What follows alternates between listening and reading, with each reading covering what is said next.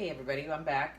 These still haven't quite dried, but I'm going to do a second hummingbird on the larger piece so we can move along and give you a little bit more information. So I'm going to do this guy that sits on a branch, and I think we will put him a little closer to this side if I don't want to put too much tree in this, so I just want the branch to just come in from this end.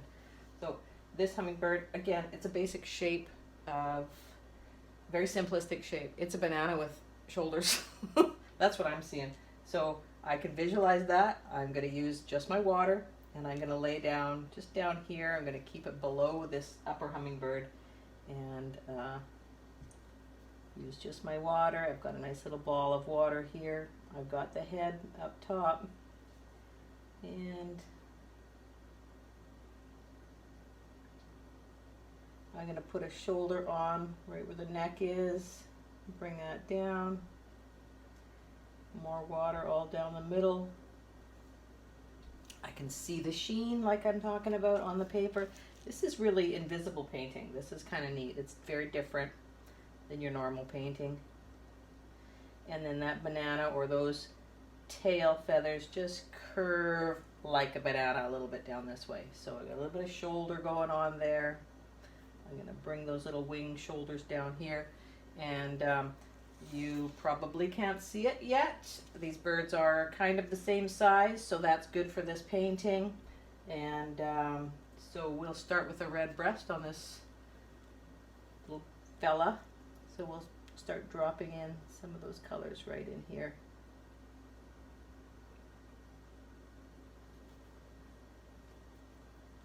Clean my brush off. And I'm going to go to a bit of that green that I've already made up here and drop that down one side here on the shoulder. Maybe a little darker, that's not showing up quite as much as I wanted. There. And a little bit up in the neckline, just below where the eye is going to be. Now I know you can't see it because you don't have a hummingbird in front of you, so that's the hard thing about teaching this class without having to supply visual pictures for you. There's that, and then I'm going to go with the shoulders on this bird are more in shadowy gray, so I've added a bit of blue to my green, taken a little bit of purple here as well, and I've created that gray that I'm looking for. So right down this side, some shoulder down here, and then these under feathers. I got a little too much water, so I'm going to suck a bit of that water up so it doesn't keep floating all over the place. And see, while you still have that sheen on, you can do all kinds of things. You can suck it back up, you can lay it down. And again, bring in some of that nice shadow down here. And then up at the top of the head, it's drying quickest because I'm holding the page up a little bit. So I'm going to add just a top coat, oops. Fluff on my brush, just up at the top, and I can enlarge that if I think the proportion's not right. Again, a little too much color, so I'm going to suck a bit of that back, but I've enlarged the head just by pushing that color out past my sheen. I still have time to manipulate all those colors. Got a white chest, so I'm going to clean that up a little bit. Aw, she's a cute little hummer. And let's get some more red in there while we still have plenty of time.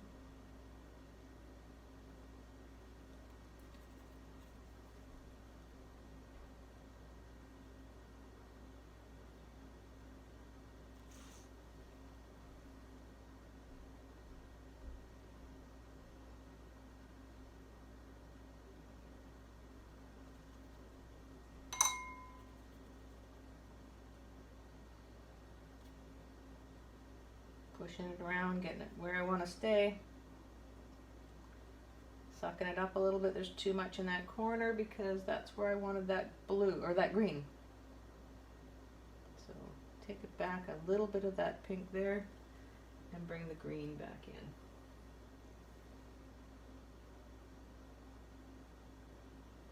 Just like that. And I also wanted it just up here. It's going to be under the eye. Now there's a touch of blue on the chest that would be more of a shadow. I mean, I'm just visualizing more of a shadow in the white, which is always a lovely blue. So I'll just take that down here a little bit. There. So we'll leave that little bird and let that one dry. I'm going to go back up to this fella up here now. Just a little bit of spot down here that isn't shiny, glossy. And I'm going to pull in my beak. So again, I want to make a gray. So I combine the colors that I've already used and get myself a fairly dark gray. This one's got a bit of a purpley red tinge, which is just perfect for this bird.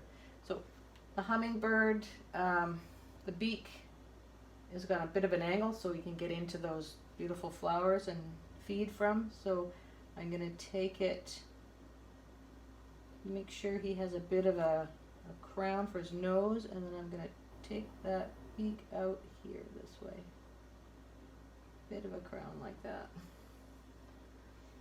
So once I've established that, I'm going to blend it into the head. So I'll use just clear wet, not too saturated, just to get that head a little bit wet all the way along. Make sure it's clean. And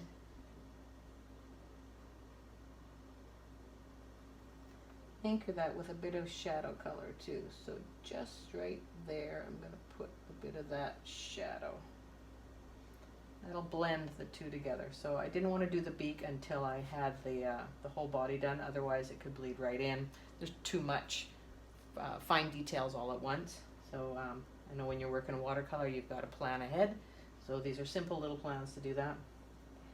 And this little guy is dry at the top too, so I'm going to work on his beak too. It's beak time.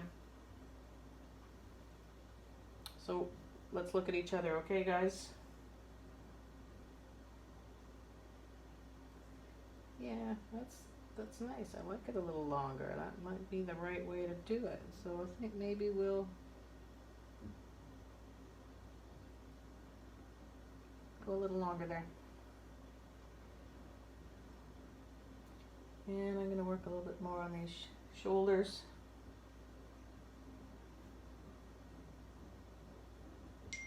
Little tail feathers there. And wait. While we're waiting, we'll work on the little one. Just the more you do, the better you get with everything.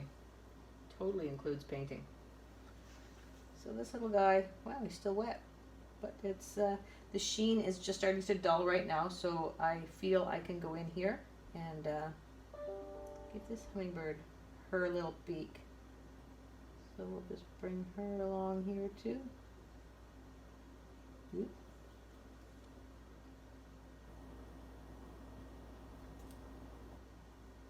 And anchor that with a bit of shadow.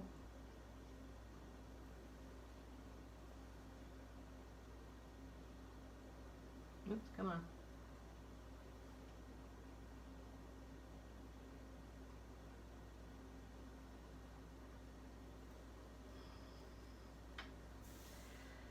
Okay, we're going to stop for a second. Let paint dry. I'm thinking about the eye now that the paint's dry on my birds, and the eye is not in the middle of the head. It's set back in the head a little bit. We think about the eye, almost all birds, the eye is so close to the same place. It's amazing when you study them a little bit. So I'm going to try and take it from the middle of the bird's head backwards. So the hummingbird actually has a large eye for the size of the bird. So I'm going to find the middle of the head. I've created a kind of a dark indigo blue in here. It's almost a black. I could add a little bit of red to that. Warm it up a little bit, like that. And the eyeball, I'm going to mark the middle. Then just step back a little bit and put my eye in. And you can see right away that it creates a little bit of the humanity that we like in an animal that represents humans. And up here, same thing. So I'm going to find middle of the bird, then I'm going to put the eye just past that. Again, bang, they're alive. And then with that same dark, I'm going to underline part of the beak here as well. Bring that down in. And it's a little dark, but I'd like to do the shoulders and a little bit more on the bird perched on the branch, or will be on the branch. So I'm just going to dilute that a little bit and work on the outside of the shoulders.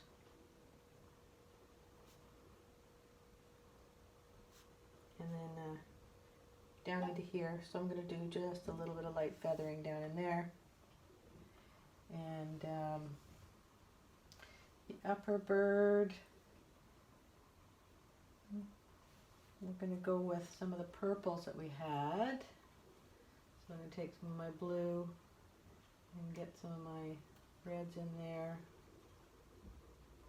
And I need a little bit more of that blue. A little bit more of that blue.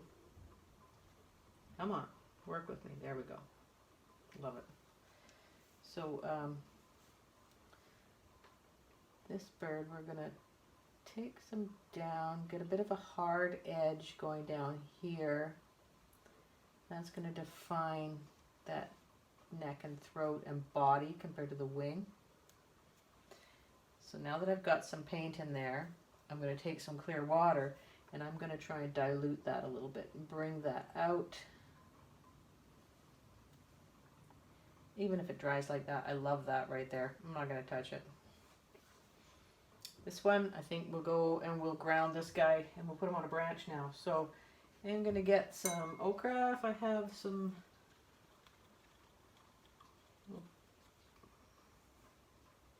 There we go, some yellows going on. Not this brush, that one's too dainty. Too much bounce on that brush. So I've got some yellows. Nice. And a bit of sienna. I guess you can't see my color palette either, so this is the one I'm using. Again, sorry, first video, you're not aware of that kind of stuff. And we'll take some siennas, some of those like burnt umbers or burnt sienna down into there. So I'm gonna keep this one in this this tray, and I've got some shadow colors and some light colors for the branch right here. So when we do a branch, we don't want to do one continuous color. We want to break it up. Mother Nature is seen that way through our eyes. So I'm going to bring this branch up here. Stop right there and have a look at where my little feet are going to go. So we're just going to go across here like this. And that looks like it's a good ground. And we'll take this up a bit, down a bit. And I'm going to drop in some of that shadow now. I like that. That's believable. Next fun one, while these things are drying, I can do a few poppies or something down in the bottom. Again, love doing this. This is a fun and easy technique. So I saturate my brush and I'm going to roll it. Break it, roll it, roll it, break it, roll it,